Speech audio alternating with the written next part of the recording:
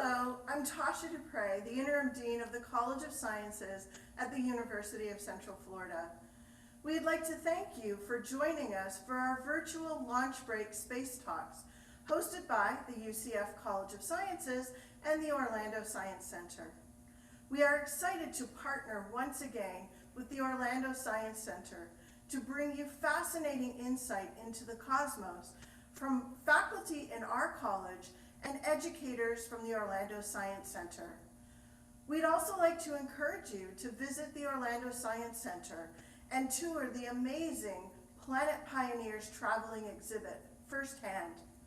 The exhibit will be on display during the Orlando Science Center's normal business hours from now through May 9th. Now I'd like to turn it over to Spencer Jones from the Orlando Science Center as he will introduce our speaker and be our moderator for the talk today. Hello, everyone, and welcome back to, I guess, or maybe your first time here to our lunch break. We've got our launch break, rather. We've got a lot of really cool stuff coming up that I want to get right into. But real quick, my name is Spencer Jones. I'm over here at the Orlando Science Center. I am our resident space enthusiast, and I'm going to be moderating our talk here today. This is a collaboration with UCF and OSC to highlight two things. One, the amazing research that is happening, especially in space sciences and planetary sciences over at UCF, and also to highlight one of our traveling exhibits, which is happening right here at the Orlando Science Center right now. It's called Planet Pioneers, and it's really cool. It actually aligns perfectly with today's talk. It's all about exploring the solar system, the planets and the moons, both with robots and with humans. And that's really what today's talk is all about. So if anything you see here today interests you, then please make sure you come down. Our exhibit's actually closing this weekend. On Sunday's our last day, May 9th. It's really cool. A lot of our traveling exhibits are targeted towards younger age ranges, but this one is really for the entire swath of humanity. It's really cool. I've actually struggled completing some of the challenges in there, and I've loved space my entire life. You can, drive a surface vehicle, launch a satellite, land a rocket, all kinds of good stuff. Again, closing on May 9th, so make sure you're coming down to check that out. But enough about all that. We've got a really cool talk that I want to jump right into. Before I send it over to our speaker today, I want to mention that we do have a Q&A section. There will be time for questions and answers at the end of the talk. If you think of a question during the talk, please just type it in, and you can upvote questions that have already been asked so we can make sure those pop to the top and we can ask those at the end of the talk. But without further ado, I'd like to pass it over to Dr. Addy Dove. She is a professor over at the UCF Physics Department, and her talk is called Extreme Explorers: Challenges of Exploring Our Planetary Neighbors. Dr. Dove, take it away. Thank you, Spencer. I'm going to bring up my slides. Hopefully you can see those. You can see and hear me. Oh, we went ahead already. There we go. All right. So welcome, everybody. Today, I am going to talk to you a little bit about extreme explorers and some of the fun and challenging aspects to exploring other places in our solar system. This isn't, of course, limited to our solar system. That's all we can reach for right now. So that's what I'll focus on. And I did change the subtitle of my talk a little bit just for this opening slide to say that there's no place like home. We'll talk a little bit today about the challenges of exploring different surfaces and what those hazards are. And I'm originally from Kansas, so I like a good Wizard of Oz reference if you can make it. And it's true, though, that there really is no place like here on Earth, which is where our human species has evolved and where we do most of our operations. So exploring other planetary worlds is challenging for a large number of reasons. We have some fun pictures here from NASA and the Japanese Space Agency, highlighting some different aspects of planetary exploration, including humans hopefully returning to the surface of the moon with the Artemis program. We have a picture of the Apollo, one of the Apollo modules, lander modules in the top left, and then the bottom left shows a picture of a spacecraft on another planetary body, and this is a picture of the shadow of the spacecraft Hayabusa 2 on the asteroid Ryugu. So we'll talk a little bit about some of these surfaces, but to start off, I wanted to do something that's completely inappropriate for a Zoom talk, in which I can't actually hear any of you, but I want you to right now sort of think about what are the hazards and challenges that both robotic and human explorers face when they're on other planets. And I have an asterisk next to the planets just because I'm going to refer to planetary bodies and planets here. I mean other surfaces in the solar system. It doesn't necessarily have to be the current definition of a planet.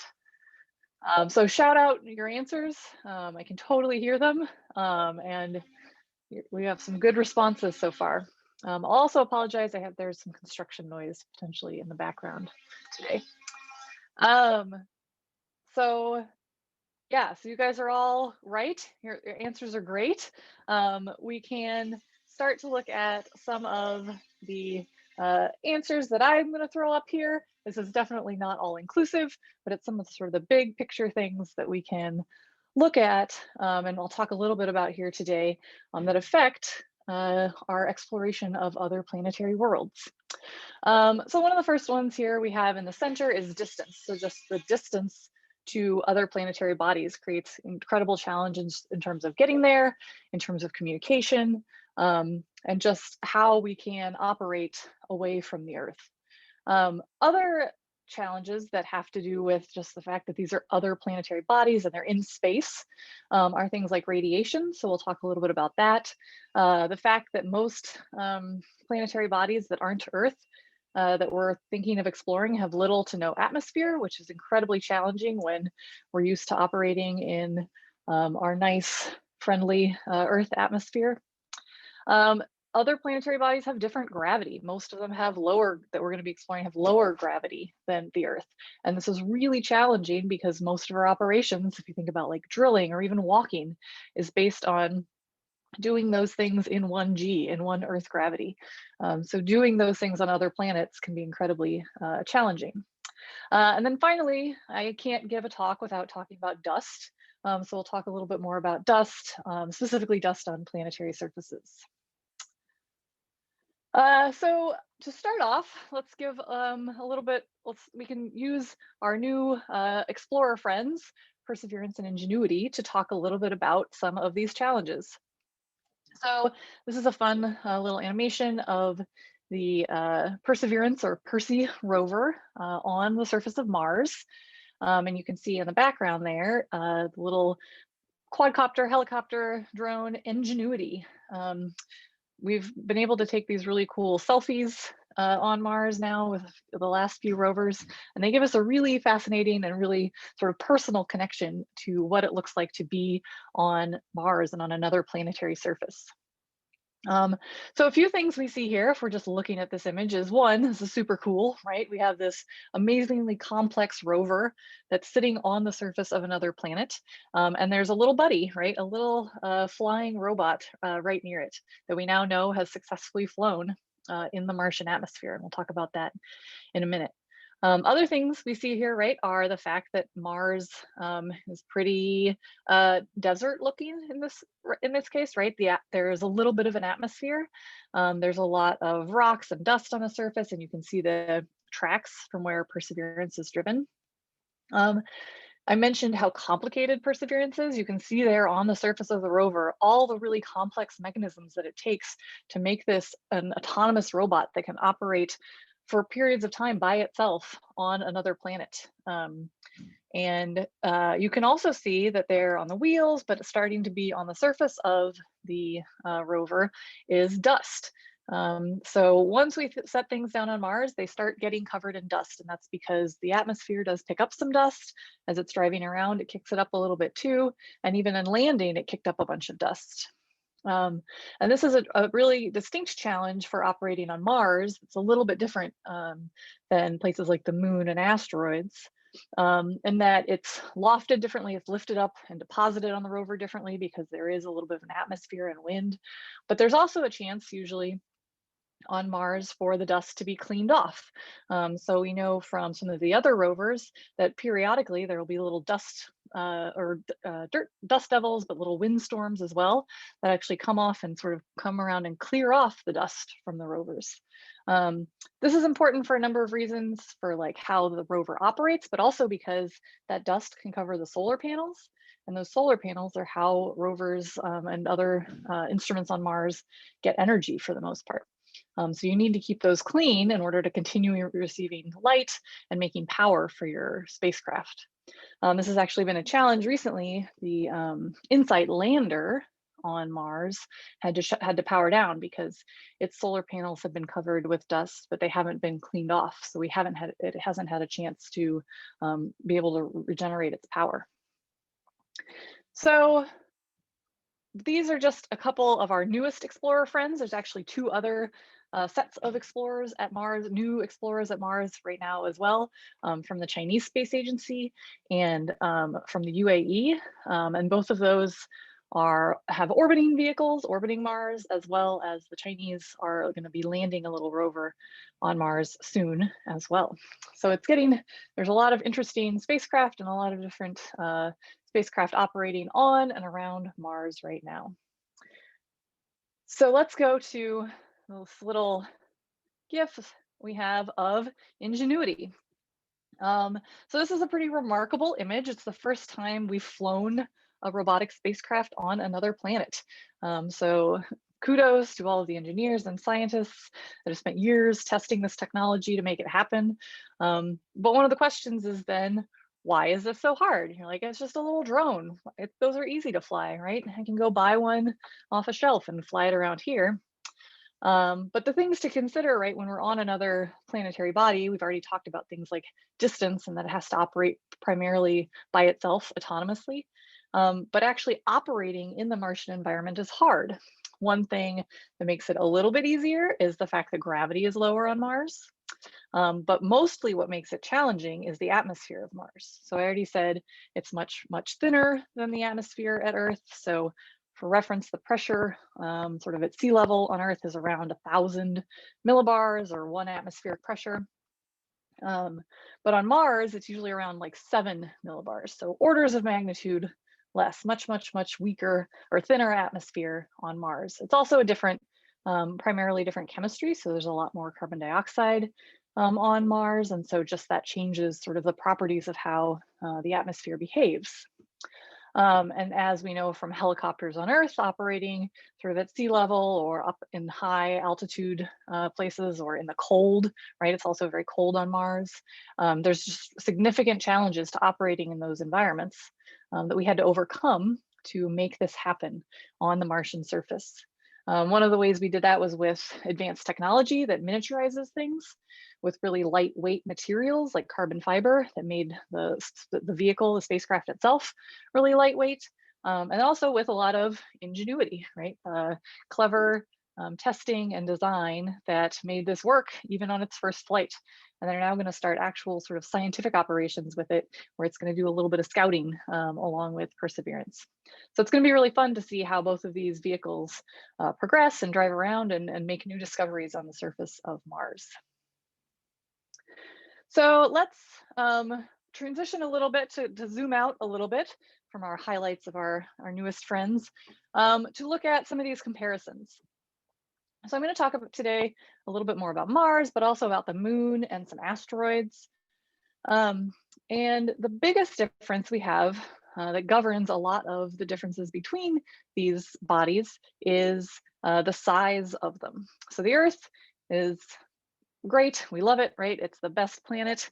And it is large compared to most of these other surfaces that we are exploring and sending both robotic and human explorers to.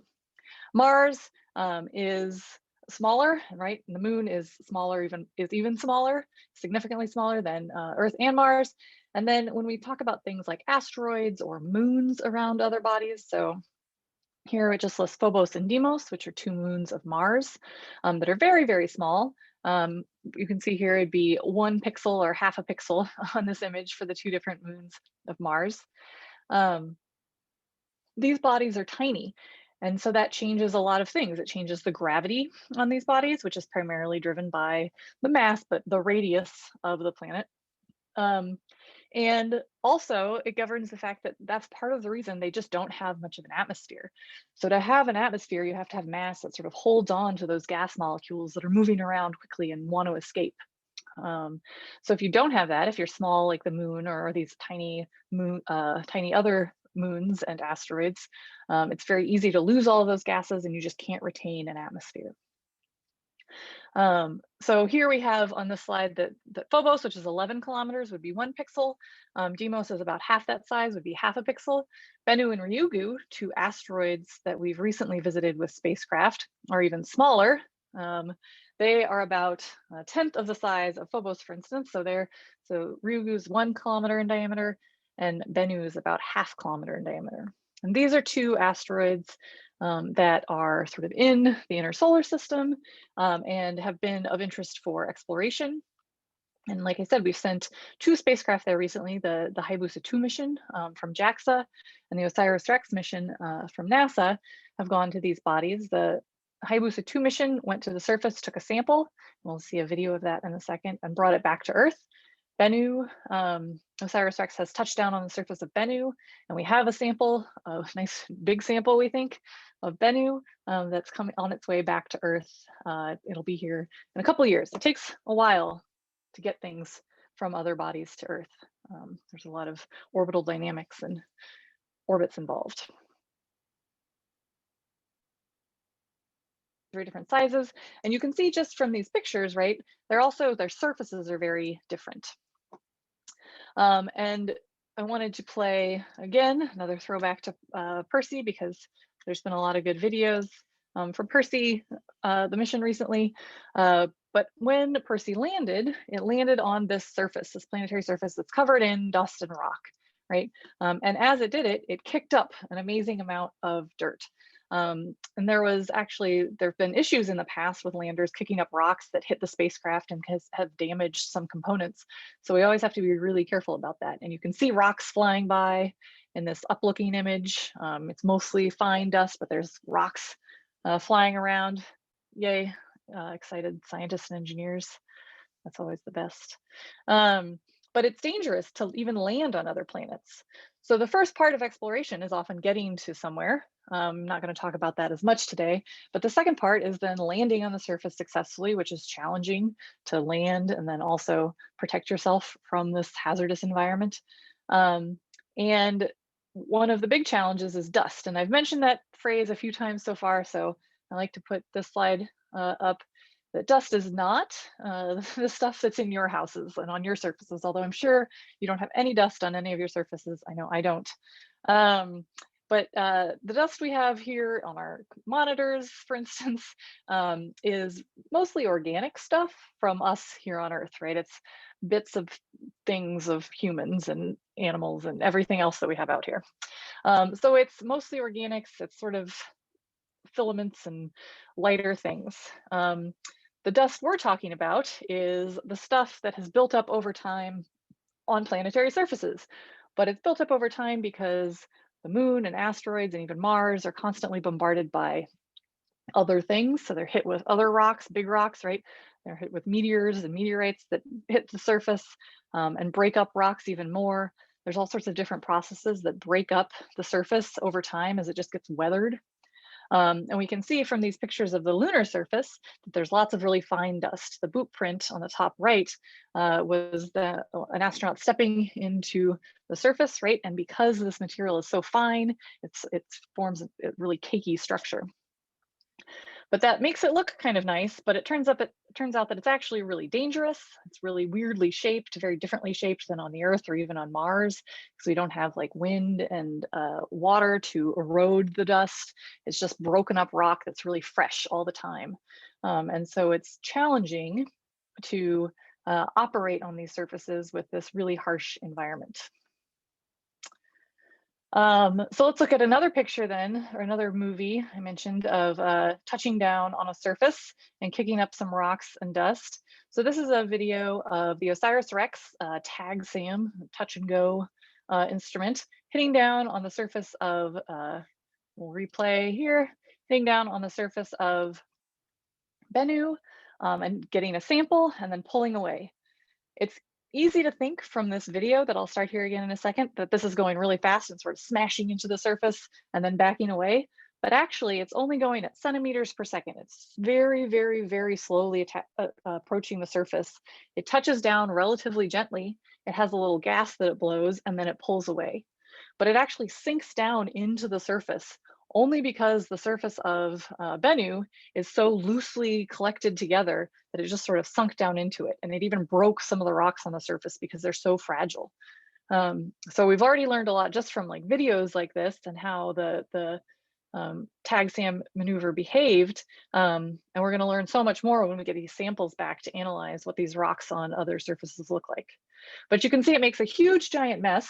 And so you're like, oh, it must have hit really fast, but it doesn't. It turns out when you have very, very low gravity and things that are really weakly held together, it's really easy to make a giant mess on other planetary surfaces. This is something we have to worry about when we're sending things like this spacecraft that just gently touches, or when we're sending something that we want to actually sort of land or explore on surfaces. I think, let's see, can we go to the next slide? I'm going to skip this one just in the interest of time, but Hayabusa 2 also touched down on the surface and made a big mess. We have other videos of spacecraft landing on surfaces, including from the Apollo landings, kicking up dust and landing and moving around on the surface, and more recently from a lunar lander.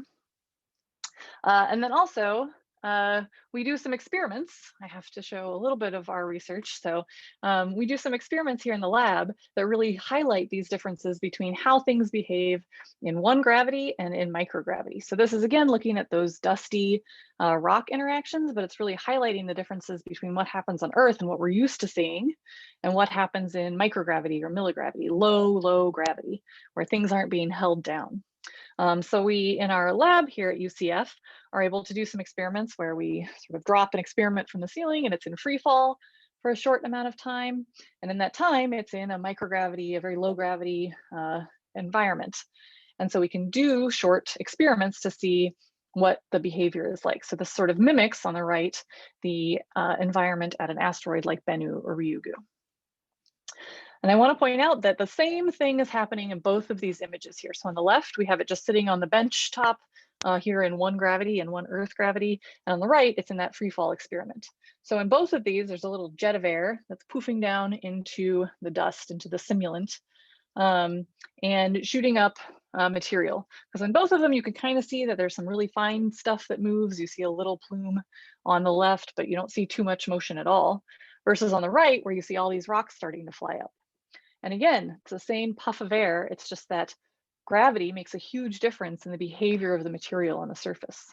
So if we're thinking about driving around on the moon, walking around on the moon, or moving on an asteroid or a moon of Mars, all of these places, it's very easy to kick up material. So we have to be worried about those types of interactions. This is the same experiment, but a slightly bigger jet of air, a bigger poof of air. So on the left, you can see it's still in one gravity. We see maybe a little bit of stuff getting kicked up, but not as much. But we make a giant mess in the one on the right. And so this is sort of similar to what we saw with the touchdown on Hayabusa and or Hayabusa and OSIRIS-REx, where it makes a big giant mess, even though if we were to do it on Earth, you wouldn't really see much of a reaction. So it's kind of crazy to think about how things like gravity and an atmosphere play a really big role in these interactions. So I also wanted to touch briefly on the issue of radiation in space. Because not only do we have to worry about what's happening on the surface, right? But we also talked about how there's not really an atmosphere to protect us on most of these bodies. And even on Mars, the atmosphere is so thin that it doesn't really protect us very well. And some of the things we have to worry about are high energy radiation. In addition to just radiation from the sun and like UV radiation, we have to worry about high energy radiation from cosmic rays, from solar energetic particles, so really high energy particles streaming from the sun. And these on the Earth here, you can see we are protected by our magnetic field. And then even more so when it comes to lower energy particles by our atmosphere. But when we go to places like the moon, when it's not sort of within the Earth's magnetic field, or if we go to any asteroids or to Mars, they're not protected by a magnetic field or by much of an atmosphere. And so all of these high energy particles and solar radiation can get to the surface and really drive the processes happening at the surface, and can be really dangerous for both robots and astronauts. This is a zoomed in version, and nothing's to scale here, of some of the more detailed physical effects of what happens at the lunar surface, but this applies to like asteroids and any other bodies that don't really have an atmosphere. And on these bodies, there's not an atmosphere, but there is what we call an exosphere, which is basically electrons and ions that get kicked up off the surface or are interacting with the surface, but aren't sort of held there. They're easily lost, or they're really low density. And you can see it's going to be uneven on the lunar day side, so where you're illuminated by the sun, or on the night side, where it's not illuminated by the sun, because the way that electrons and ions move, because of the direct flow of these particles from the solar wind. So this is the particles that stream off of the sun. And this actually governs things like what electric fields look like on the surface of the moon and asteroids. And it creates an additional challenge to understanding how we operate on the lunar surface. So an example of this is that, and it's hard to explain in Florida because it's always humid, so we don't get like static effects a lot. But if you're walking along a surface and you rub your feet on the carpet or something, for instance, right, and then you touch a surface, you can get a charge. That's because there's like differences in charge between the surface that you're touching, and it builds up, and then you dissipate that to something. That can happen with rovers or with humans on these planetary bodies where there's lots of free charges around and things are not in equilibrium. So we have to worry about additional processes like that on places like the moon and asteroids. And there's a lot of really interesting research happening here and around the world into things like dust effects and these charging effects that are going to help us protect our rovers and our astronauts as we move forward. So finally, I wanted to mention that one of the big things that we have to consider for not for human explorers specifically, right, is just like how humans work and operate in these environments. These are just some fun pictures of science actually happening on the International Space Station. We have years now of experience of actually doing science in microgravity, in low gravity environments, and having humans operate in low gravity environments. And having this training and having astronauts live there for 6 months to a year at a time is really paving the way for us understanding how humans will be able to operate and function on other planetary bodies. The gravity on the moon is only 1/6 that of Earth, so it's close to this sort of microgravity environment. So it's really good training to know how our astronauts live and work on the space station. And I love this photo in the top right because it's a very recent photo of having 11 astronauts up on the ISS. We don't even have enough beds for all of them, but there are more toilets these days, so that's good.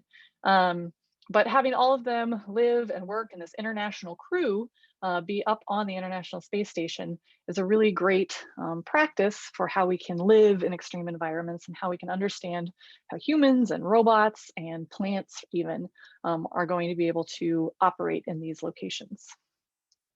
And with that, I know it was sort of a whirlwind of different types of topics, but hopefully it sort of spurred a bunch of questions in your mind about some of these different things. And so I'll go ahead and wrap it up.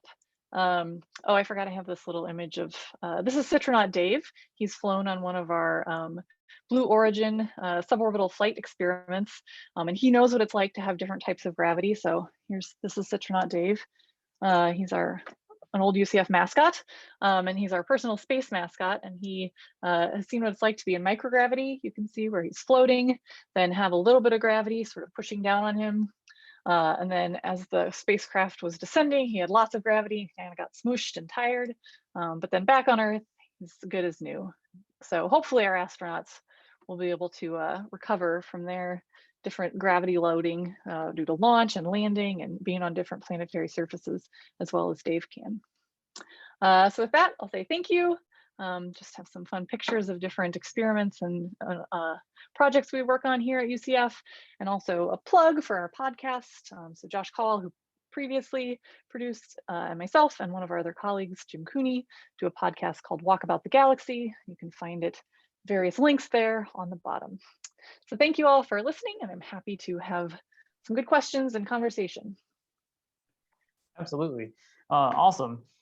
Well, that was a lot of cool stuff. We've got plenty of questions rolling in right now. I've got plenty of questions of my own that I'm not going to have a chance to ask because you all asked such good ones as well.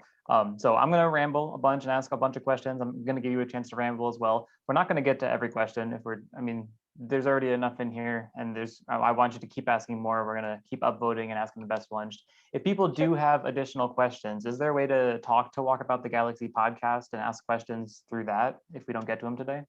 Yeah, of course. So you can definitely always ask us questions on Twitter or Facebook or Instagram, or you can send us an email at walkaboutthegalaxy.com.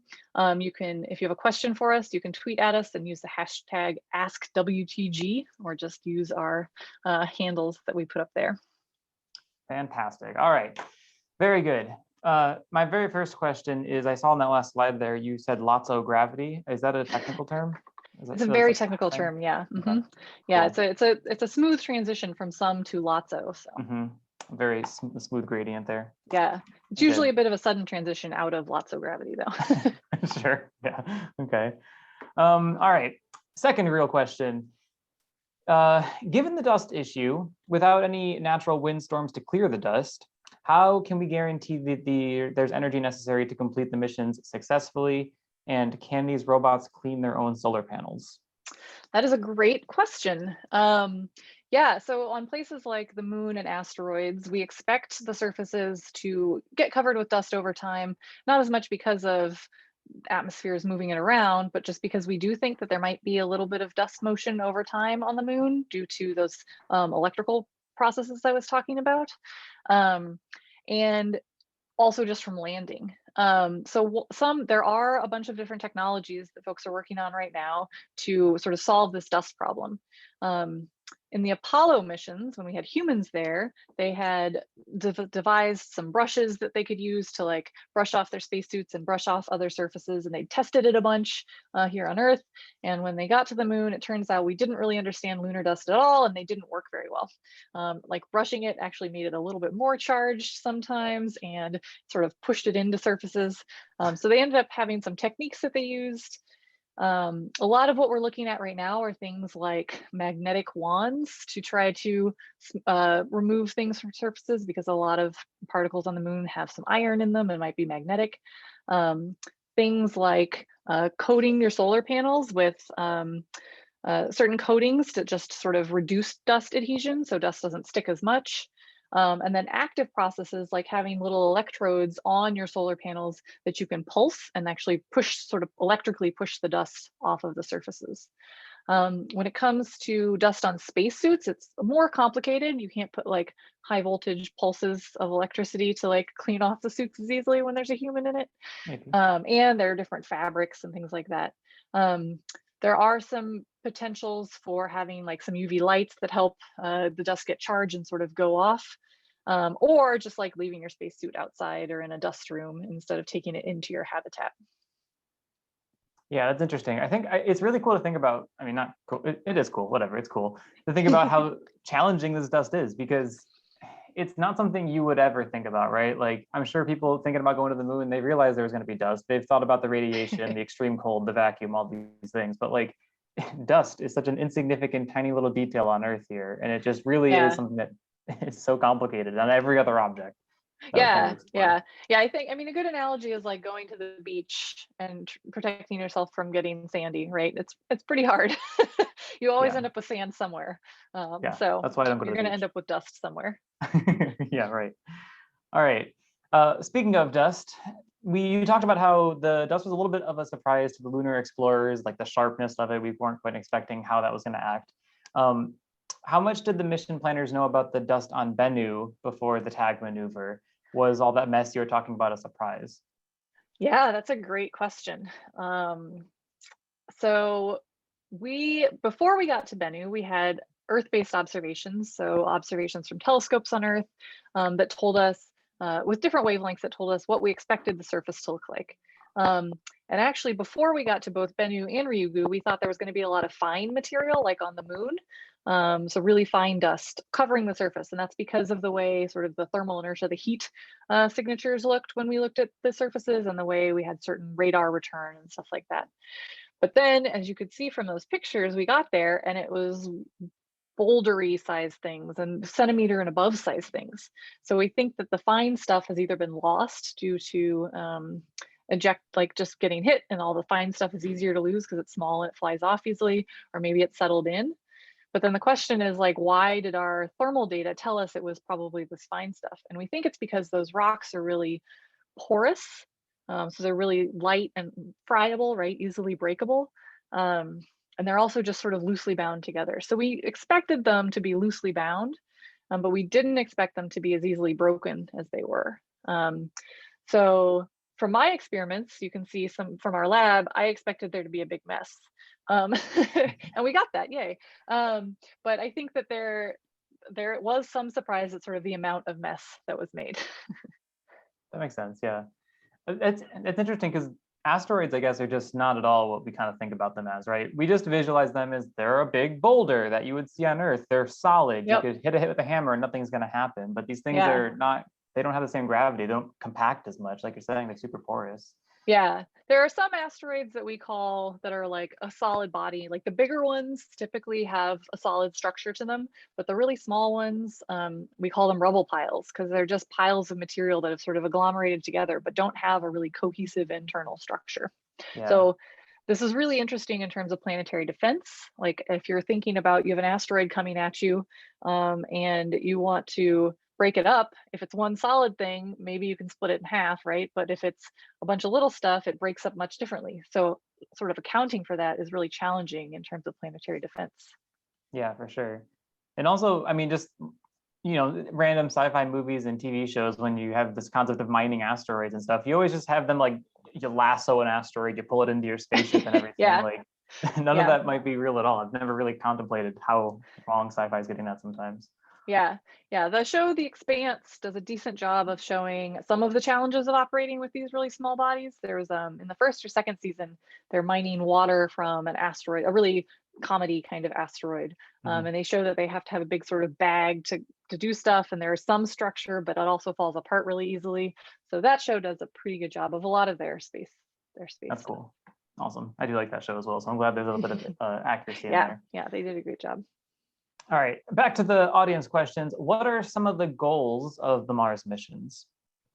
Okay, so the current Mars missions, I'll just focus on those because there's actually a ton that are still operating that are some of our older missions on Mars. So Perseverance and Ingenuity. Ingenuity really was just a test demo, so it's pretty much done what it wanted, what its goals were to do, which is like demonstrate that we can fly. And now it's going into sort of an extended fun science operations.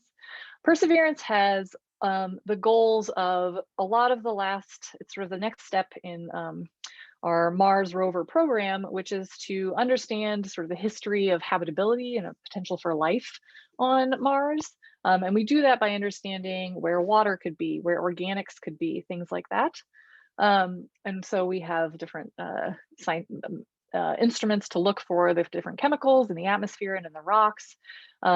There's also some really cool other new technology demonstrations on Perseverance. So there's one called MOXIE, which recently had a successful operation of taking in some of Mars's atmosphere and producing oxygen. This is really important if we're going to have humans that need to breathe oxygen and not carbon dioxide on Mars.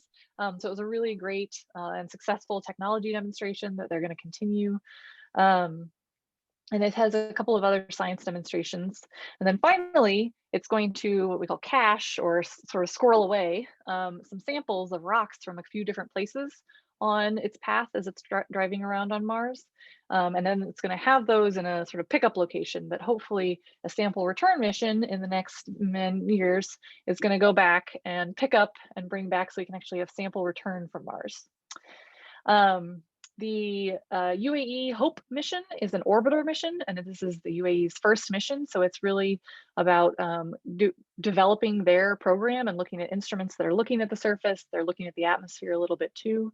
And then the Chinese mission is pretty encompassing. It has an orbiter and a lander with a little rover. So they're also going to try to do some technology demonstration for them because they haven't been to Mars before. Drive around on the surface, take some pictures, do a little bit of science, and send that data back. Wow, yeah, that's really cool. There's so many cool things happening on just Mars, and that's just Mars. And then you've got all these cool things on the moon surface with the Artemis missions, and still robot missions happening there. I know the Chinese lander just happened there as well. So so many good stuff. Yeah, the Chinese just did a sample return mission from the moon. It's the first one since Apollo. It's the first sample return mission we've done since Apollo. And there's a really expansive program of robotic landers and then human landers with the Artemis program and with different types of small and medium and large size landers on the moon in the upcoming decade. I'm so glad that we are focusing on this a little bit as a whole world at this point, because it would be very easy just to be like, space is hard, let's not do it. But we just keep going and we keep doing awesome things, and Perseverance is absurdly successful. So yeah. One of the great things about having the ISS is that we've demonstrated we can live off the planet with people, but it's really close, right? Like it's closer than probably some of our audiences to me right now. It's not very high and far away from us.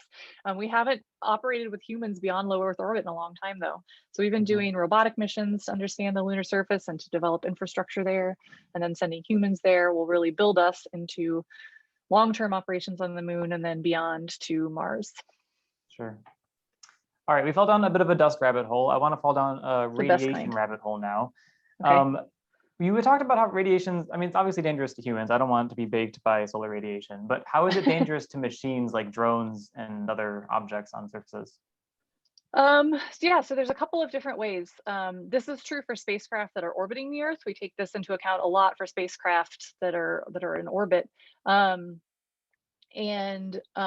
Basically, it comes down to a few different types of effects. So things like cosmic rays and that high energy radiation, those don't care for the most part what your material is, what your spacecraft is made of, what your human body is made of.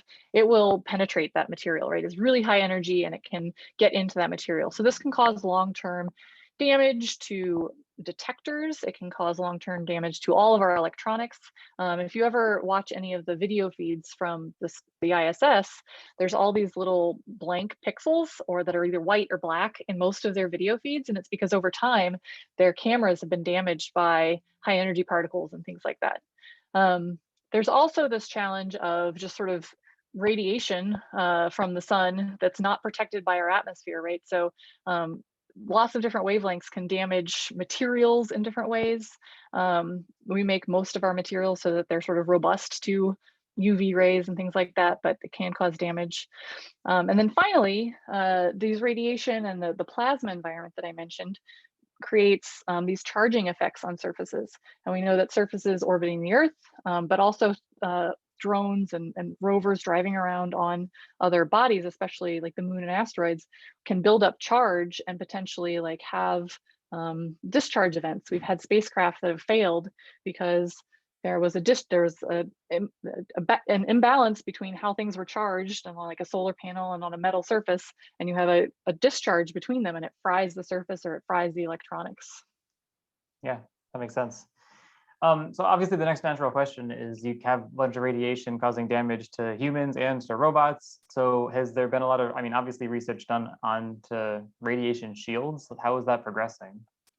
Yeah, so a lot of times for spacecraft, we add extra layers of aluminum or thicker materials, more higher on the periodic table materials that have more protection. And there are lots of studies of sort of what different materials provide, have higher stopping power. So it's harder for these higher energy particles to get through. One of the best forms of protection is actually water. So there's a lot of designs for like spacecraft that have sort of a layer of water in the hull of a spacecraft because water is really good at interacting with higher energy particles and like neutrons and stuff, and the neutrons will react. On the moon and on places like Mars, we have looked at digging holes, putting habitats underground, or there's a lot of research now into using the regolith, using the dust on the surface to build habitats. So 3D printing bricks made of regolith and then building your little habitat on the moon. And that uses its in situ resource utilization. It uses the resources we have there. And those sort of bricks of rock are going to be much more protective than a lot of the other material. And so there are people studying those sort of stopping power effects right now. That's really cool. So do like the more recent missions on Mars have some of these implemented? Insight, Perseverance, Ingenuity, do they have some of these shields on them? So yeah, so most instruments we put on Mars rovers or spacecraft have some shielding for the electronics especially, and for a little bit for the cameras and things like that. They're not operating for as long, so we don't always have to worry, although, right, some of the Mars rovers operate for 10 years, so Right. they have a long time. So they do implement some of that, yeah, some of that Makes sense. technology. But there's definitely a lot of stuff that's still in the works, and protecting electronics from event upsets and things like that is always a big problem. And I assume that applies to spacesuits as well, then people on the ISS and future missions have to have some kind of radiation shielding on the suit itself, right?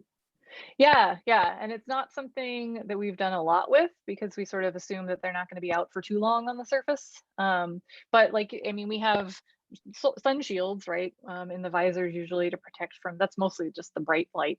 But there are things that we're looking at to protect humans as they're operating on the surface. Sure. Now, are there plans to get Citron Dave some radiation protection? Because I mean, I don't know how that's going to damage his anatomy. Yeah, it'd be a good study. We haven't had to put him in any sort of like tinfoil suit or anything yet. Mhm. He's only briefly gone above the into space, but definitely if he goes on any longer term missions, he'll have to have a little protective suit. I'll say one thing about that, like on a couple of the Mars missions, we've had some specific radiation dosing experiments that have looked at how much radiation gets through, and they have what's called tissue equivalent plastics, so a plastics that sort of replicate human skin, to see how much radiation gets through over time and what those radiation doses look like. So you could put a little radiation dose sensor in Dave as well, I think. Yeah, It'd be a good experiment. even more helpful, sure. You're funded, I'll give it the money for you. Yes, excellent. Yes, I work at a nonprofit, I'm just kidding. So you mentioned, as I wrap up this radiation rabbit hole here, the atmospheres are protecting a little bit from radiation here on Earth. I always kind of thought it was more the magnetic field. Obviously, it's both. Mars doesn't have much of a magnetic field, right? The moon doesn't really either. How much is it the atmosphere? How much is it the magnetic field that is protecting from radiation? Yeah, so when it comes to the higher energy radiation, a lot of that is the magnetic field, because it will just go through the atmosphere. So I showed that one graphic that sort of had the nice magnetosphere displayed, the sort of, it looks like a boat wake and stuff behind it. So that is all, that high energy is mostly protected from the magnetic field, and even from things like the sort of higher energy electrons that come from the solar wind. When it comes to things like different sort of what we typically think of as the light spectrum, right, from UV to X-ray to radio, even some of that radiation is protected from here on Earth. So that's why it's hard sometimes to observe in certain wavelengths, because our atmosphere protects us really well, but also it makes it hard to look out. So we have to put telescopes in space sometimes. But like, right, we know the atmosphere protects us from UV radiation and things like that. Gotcha.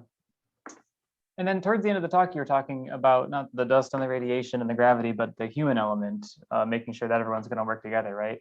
So Yeah. are there many opportunities for sociologists and psychiatrists to work with the space program and to assist with dealing with any social and emotional problems that might occur from living in space or the planet? Definitely. Yeah.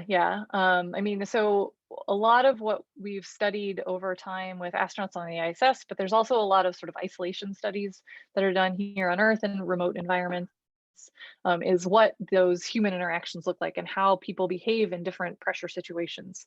And so like the astronauts up on the ISS are always doing science experiments, but they're also always science experiments themselves. So that's biologically, but also psychology and all of those things, and how they behave and how they adjust to life on station, but also coming back. There's really good long-term studies now of a lot of these different astronauts, and we're getting a little bit better at having studies of different populations, right? So we have more women astronauts now. We have more people from different nationalities and different backgrounds. So it's a really great to have a broader data set now. And so there's definitely, I mean, there are grants from NASA and from NIH and other institutions to study some of these health effects because they apply to extreme operations on Earth in addition to in space. Sure. I like how you mentioned that we can actually do some of those tests here on Earth by just isolating people into a fancy igloo, I assume, and then, seeing how it affects people. That's one of the really cool things that I hadn't realized in a lot of space sciences. It's kind of just done here on Earth, right? A lot of the physics we figure out are done in particle accelerators and whatnot.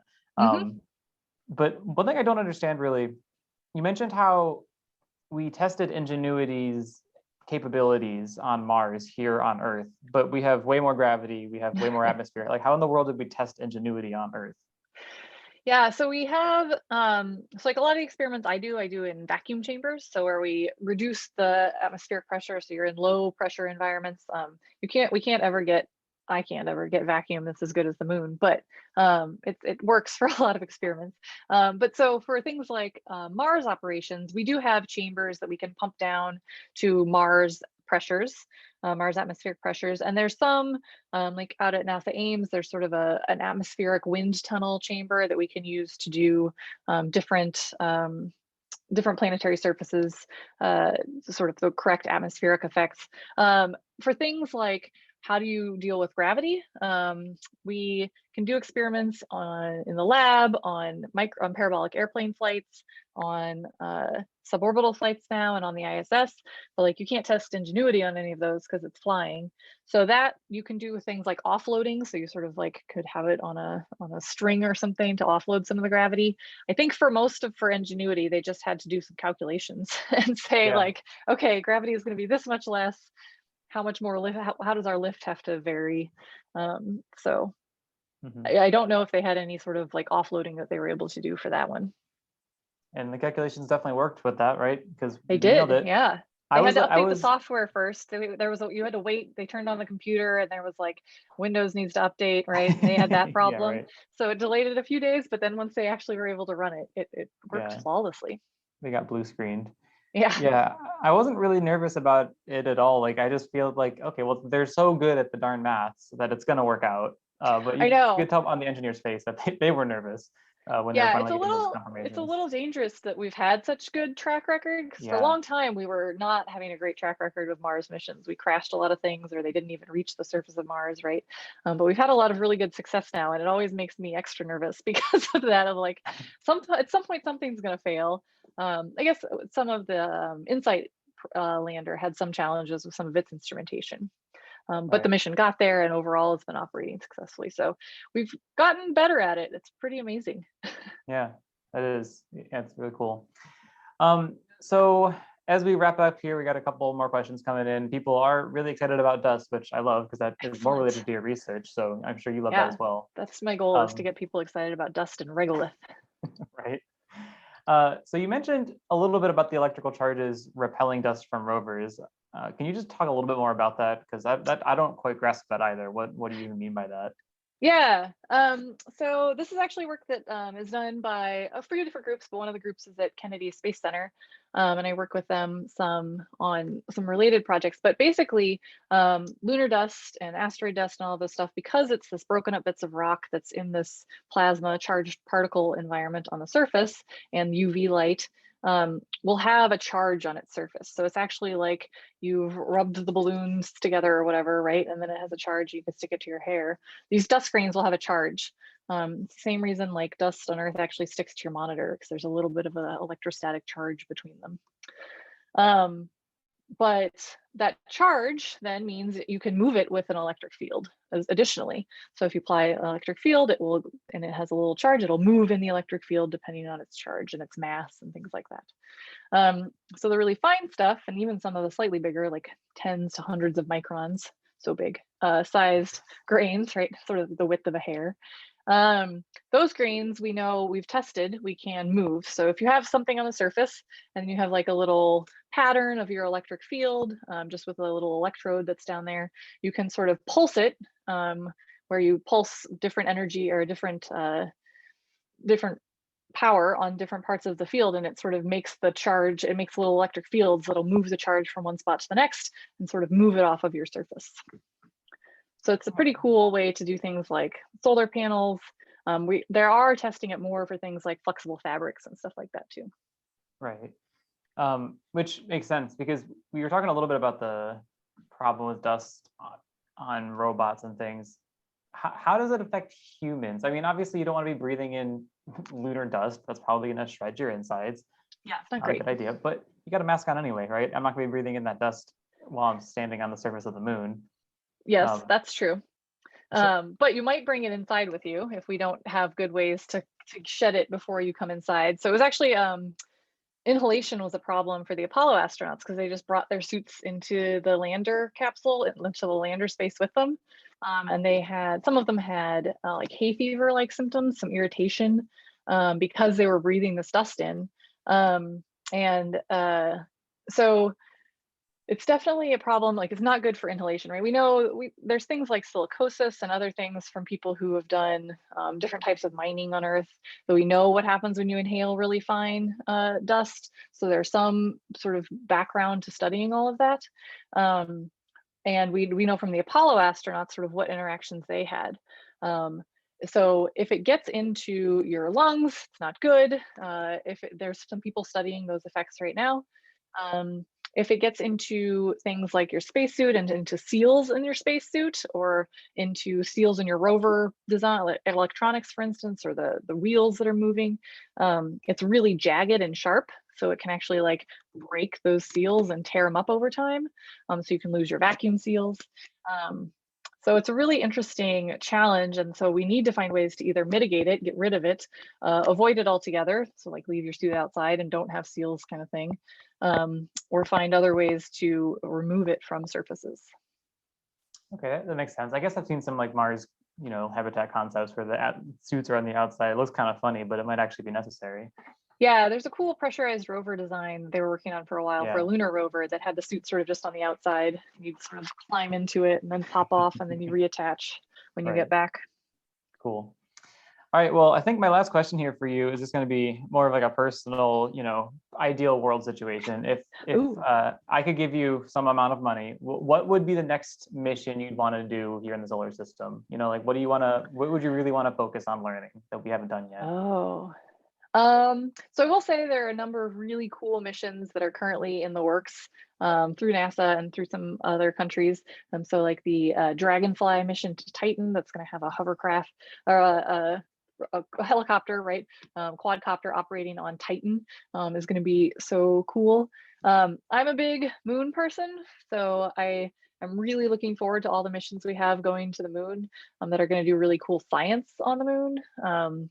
I would love to be one of the people that goes and gets to do an experiment there someday. But I think, so there are a lot of really cool moon missions that are coming up. So I'll be sort of boring and say that. I mean, that makes sense. That's the better answer anyway, right? Like if you could have anything and you're already getting it, I think that you win either way. Yeah, hopefully we're getting it. It's always like, yeah. when it's a couple years away, you got to be nervous, but. That's true. That's a good point. I've been holding my fingers, crossing my fingers for the James Webb Telescope for years, it feels like at this point.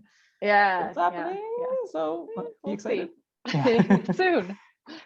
All right. Well, thank you so much, Dr. Addie Dove. That was awesome. I learned a whole bunch. I hope everyone else did too. One more reminder to come check out Planet Pioneers. This is the last weekend that we have it going on at the Orlando Science Center here this week. It closes on May 9th. It covers all the stuff that we talked about here today, planetary exploration, moon exploration with both robots and humans. It's really good stuff. So I want everyone to make sure we come and check it out. And as a reminder, make sure to check out Walk About the Galaxy as well, because that is really cool. I had not heard about it, but I have listened to a couple of episodes now, and I do really enjoy it. And any questions that we didn't get a chance to answer, send them to the socials. And thank you so much for talking to me today. Have a great one.